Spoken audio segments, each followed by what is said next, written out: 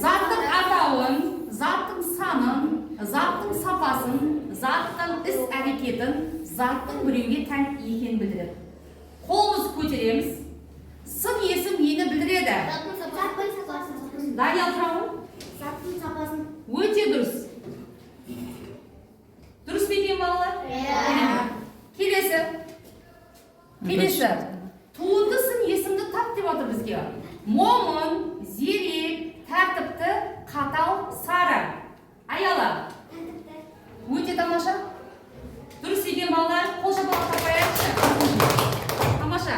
Келесі. Сын есімі бар сөз тіркесін табылсиды. 6 үй, ақылды бала, менің анам 40 қадам жүгіріп келді. Айзере. Ақылды бала. Қаны көрейік.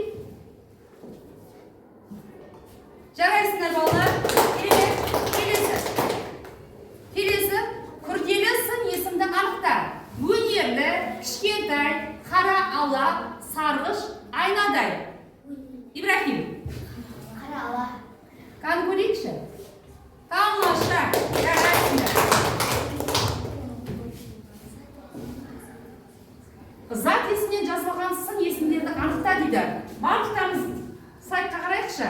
Кішкентай күшік, биік ағаш, таза ауа, таулы жер, боз інген. Кім сұраққа жауап береді? Айдын.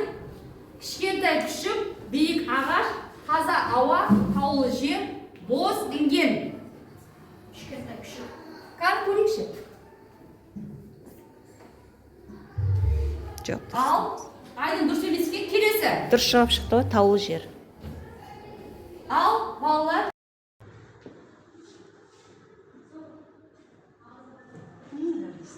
Так, келесі. Ал, болды.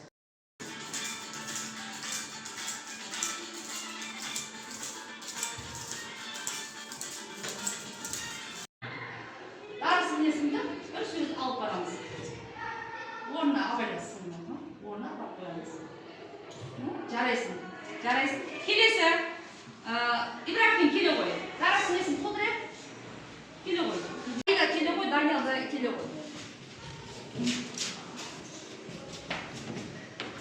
Сөзді алып, тұсына қоймайсың. Өте тамаша. Келе ғой. Али.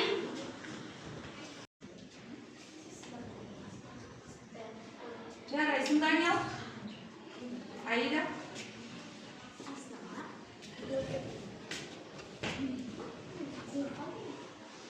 Өте тамаша. Жарайсыңдар балалар. Орнына қараңыз. Жарайсың. Кел, бір али келе ғой. Дара. Бір сөзде құлаға түбірлер, е? Келе ғой. Айзере келе ғой.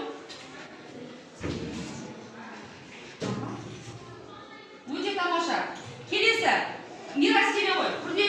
Қорытындылау үшін сендерге барлықтарына тапсырма берейін. Жеке тапсырма. Өздерінің негізгі және туынды сын есімдерді жазамыз. Жазамыз бәріміз. Ручкамен жазамыз.